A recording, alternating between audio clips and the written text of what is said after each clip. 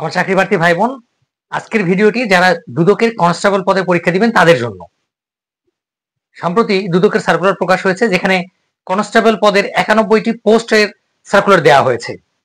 পরীক্ষা হয়তোবা খুব দ্রুতই হয়ে যাবে। আশা রাখা যায় যে অক্টোবর কিংবা নভেম্বরের মধ্যেই এই দুদকের পরীক্ষাগুলো হয়ে যাবে। সামনে আপনাদের আরো দুদকের বড় ধরনের সার্কুলার আসার সম্ভাবনা কিন্তু রয়েছে।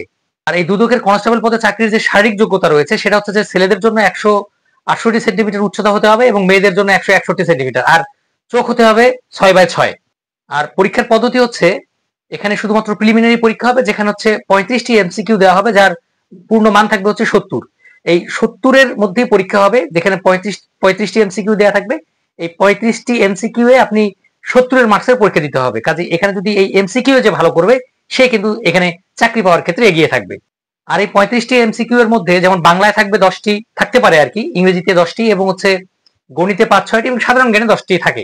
আর এই সাধারণ জ্ঞানের যে প্রশ্নগুলো হয়ে থাকে, যেটা হচ্ছে সাম্প্রতিক সাধারণ জ্ঞানের প্রশ্নগুলো কিন্তু হয়ে থাকে এখানে। কাজে সাম্প্রতিক সাধারণ জ্ঞান যদি আপনারা পড়াশোনা করেন সাম্প্রতিক বিষয়গুলো, তাহলে কিন্তু আপনারা এই এমসিকিউ কিন্তু ভালো করবেন। দ্বিতীয় ধাপে কিন্তু আপনাদের শারীরিক যে গঠন রয়েছে, কিংবা শারীরিক যে উচ্চতা কিংবা দৃষ্টি শক্তি, এগুলো কিন্তু দ্বিতীয় ধাপে চেক করা হয়। তারপর পরই আপনাদের কিন্তু ভাইভায় উত্তীর্ণ হতে হবে। আপনাকে ভাইভাতে যদি আপনারা ভালো করেন, তারপরে আপনাদের পুলিশ ভেরিফিকেশন, এবং তারপরেই আপনারা হচ্ছে চূড়ান্ত নিয়োগ পাবেন আর কি এই দুদকের কনস্টেবল পদে।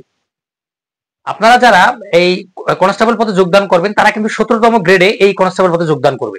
আর এই কনস্টেবল পদে প্রথম যে সেটা হচ্ছে কনস্টেবল, তারপরে হচ্ছে কোর্ট সহকারী এবং সহকারী পরিদর্শক পর্যন্ত কিন্তু আপনারা পদোন্নতি পেতে পারেন।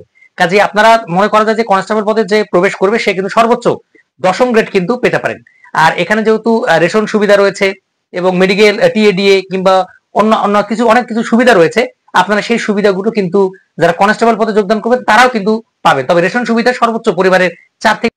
আর এই কনস্টেবলের কাজ হচ্ছে যেমন চিঠিপত্রগুলো পৌঁছানো, তারপরে নোটিশ জারি করা, কিংবা বিভিন্ন তদন্তে সাহায্য করা, তারপরে অভিযান পরিচালনায় সহযোগিতা করা, এই কাজগুলো হচ্ছে কনস্টেবলের কাজ।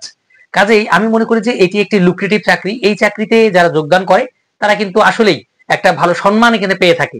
চাকরি যাই হোক না কেন, তবে হচ্ছে যে দুদক মানে একটা বাংলাদেশের একটা মানে ভীতির কাজ করে সবার মাঝেই। কাজে আমি মনে করি যে যারা দুদকের চাকরি করতে চান, স্পেশালি কনস্টেবল পদে, এবং যাদের শারীরিক গঠন কিংবা যোগ্যতা ঠিক রয়েছে, তারা চাইলে আপনার দুদকে কিন্তু অ্যাপ্লাই করতে পারেন। তো আমার চাকরি প্রার্থী ভাই বোন, এই ছিল আজকের মতো ভিডিও। যদি ভিডিওটি ভালো লাগে অবশ্যই চ্যানেলটি সাবস্ক্রাইব করবেন এবং লাইক শেয়ার কমেন্টে পাশেই থাকবেন। ধন্যবাদ আপনাদের সবাইকে।